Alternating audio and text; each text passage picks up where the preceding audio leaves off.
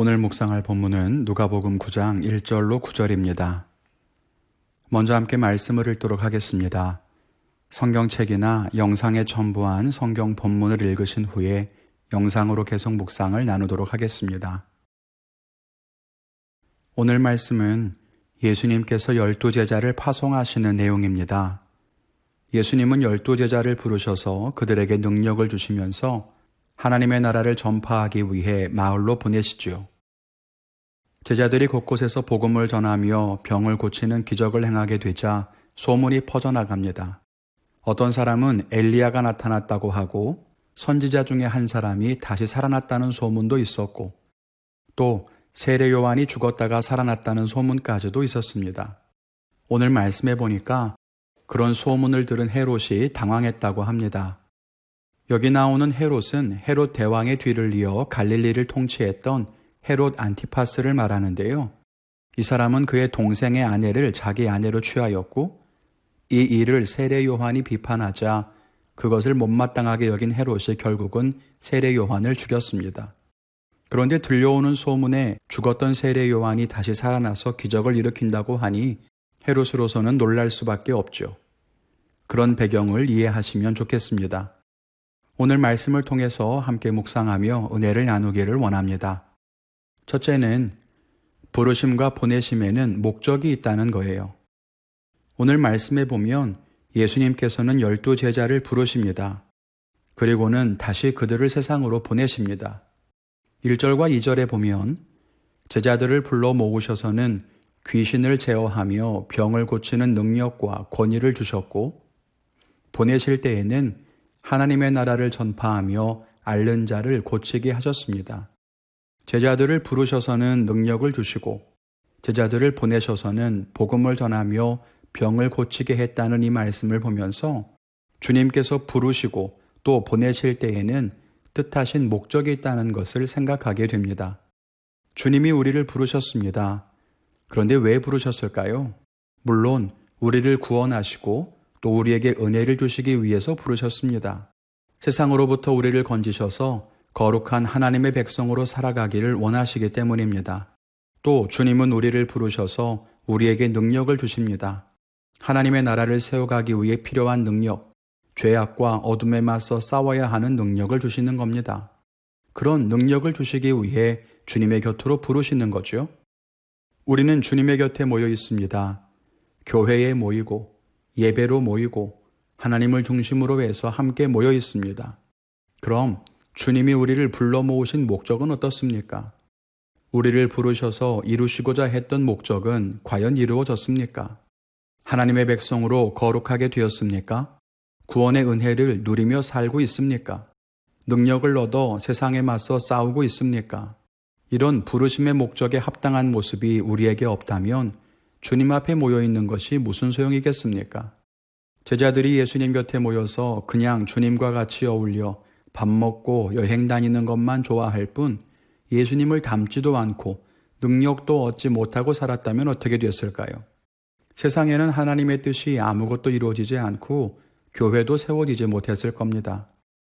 우리들 역시 부르신 자리에서 주님이 부르신 목적을 성취할 때에 비로소 주의 뜻이 이루어질 수 있을 겁니다.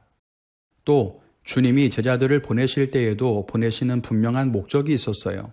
그 목적이 무엇입니까? 하나님의 나라를 전파하며 앓는 자를 고치게 하기 위해서였습니다. 그러므로 제자들은 세상에 나아갈 때에도 그 목적에 부합하는 삶을 살았어야 하는 거죠.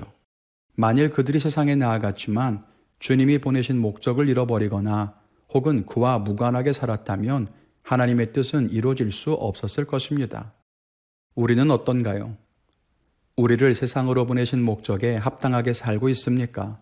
예수님의 제자들을 보내실 때처럼 하나님의 나라를 선포하며 병든 자를 고치며 그렇게 주님의 뜻을 세상에 펼치며 살고 있습니까?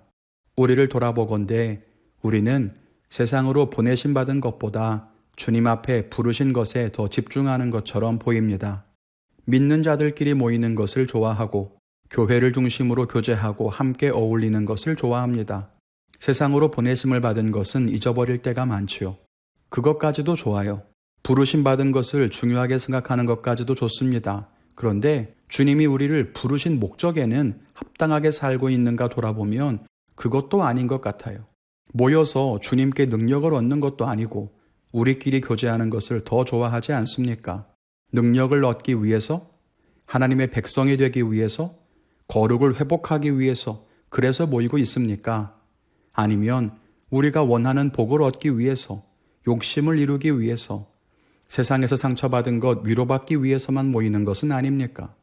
보내심은 아예 잊어버리고 부르심마저 그 목적을 망각했다면 주님이 우리를 부르시고 주님이 우리를 보내셨다는 사실이 아무 쓸데없는 거죠. 우리는 부르심과 보내심에 목적이 있음을 알고 주님 곁에 모일 때에는 무엇을 기억해야 하는지, 주님이 우리를 보내신 자리에서 무엇을 해야 하는지 잊지 않고 지켜갈 수 있어야겠습니다. 둘째로는 주님은 우리를 세상으로 보내신다는 것입니다. 말씀드린 것처럼 주님은 제자들을 부르는 것에서 멈추지 않으셨습니다. 부르심은 반드시 보내심으로 이어집니다. 아니, 오히려 보내시기 위해서 부르신다고 하는 것이 더 맞을지도 모르겠습니다.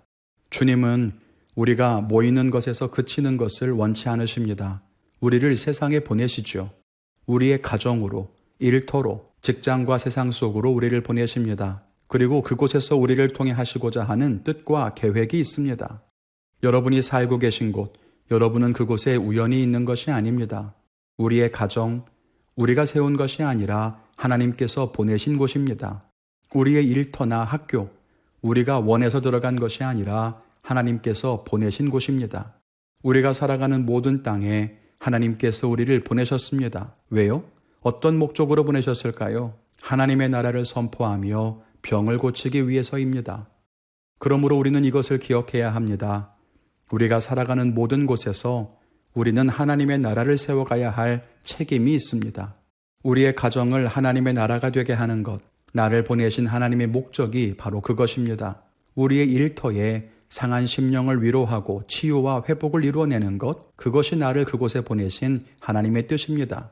우리가 그렇게 보내신 자리에서 주님의 뜻에 합당한 삶을 살게 된다면 우리의 가정이 천국이 되고 우리의 일터에 하나님의 나라가 세워질 것입니다.